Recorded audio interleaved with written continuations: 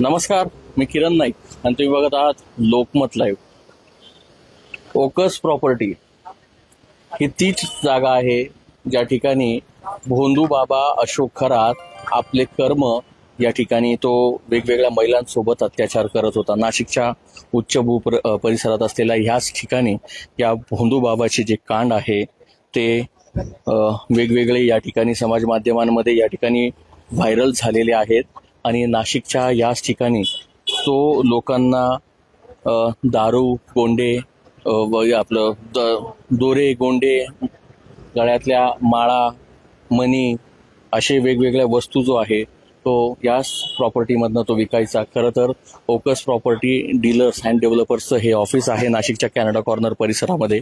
आणि आत्ता जी आपल्याला माहिती मिळालेली आहे SITचं जे पथक आहे त्याच्यातल्या महिला ज्या अधिकारी आहेत त्या अधिकारी या संपूर्ण घटनेतील ज्या पीडित महिला आहे त्यांना घेऊन या प्रॉपर्टीची पाहणी करण्यासाठी या ठिकाणी आलेले होते। आणि हे कार्यालय सध्याच्या परिस्थितीमध्ये नाशिक पोलिसांच्या वतीने या ठिकाणी सील करण्यात आलेलं आहे।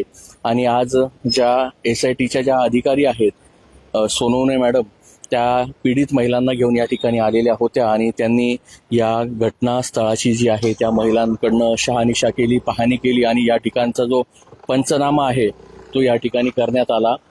नाशिकच्या कॅनडा कॉर्नर परिसरामध्ये असलेला याच ठिकाणी खरं तर आतल्या बाजूला स्पाय कॅमेऱ्याच्या माध्यमातून या भोंदू बाबाची जी करामती आहे ती कॅमेऱ्यामध्ये या ठिकाणी कैद झाली। आणि नाशिकच्या ह्याच ओकस प्रॉपर्टी ह्या शॉपमध्ये, खरं तर शॉपच याला म्हणता येईल, त्या ठिकाणी हा बाबा महिलांसोबत जे अश्लील चाळे अत्याचाराच्या ज्या घटना आहे तो ह्या ठिकाणी करत होता। आणि त्यातील ज्या पीडित महिला आहे त्या महिलांना आज या ठिकाणी SITच्या पथकाने या ठिकाणी आणलेलं होतं। त्यांची चौकशी जी आहे ती या ठिकाणी झालेली आहे आणि बाबा जो आहे तो SITच्या ताब्यात आहे। त्या ठिकाणी त्याची चौकशी जी आहे ती सुरू आहे। जे समाज माध्यमांमध्ये जे व्हिडिओ व्हायरल झालेले आहेत ते ह्याच लोकेशनचे आहे आणि आता या ठिकाणी देखील पोलिसांची पंचनामा जी आहे ती तो झालेला आहे। घटनास्थळाचा जो व्हिजिट आहे तो पीडितांना घेऊन तो देखील करण्यात आल्याची माहिती आपल्यापर्यंत पोहोचते। याबाबतचे जेही अपडेट असतील आपण लोकमतच्या माध्यमातून या ठिकाणी पाहणारच आहोत।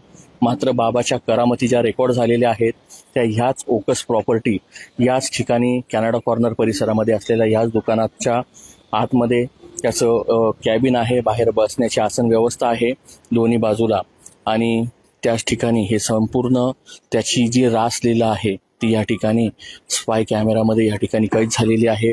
पीडित महिलांना पोलिसांनी या ठिकाणी आणलेलं होतं, त्यांच्याकडनं सत्य घटना काय आहे काय नाही ती परिस्थिती जाणून घेतली आणि त्याबाबतचा पंचनामा देखील या ठिकाणी त्यांच्या वतीनं करण्यात आला।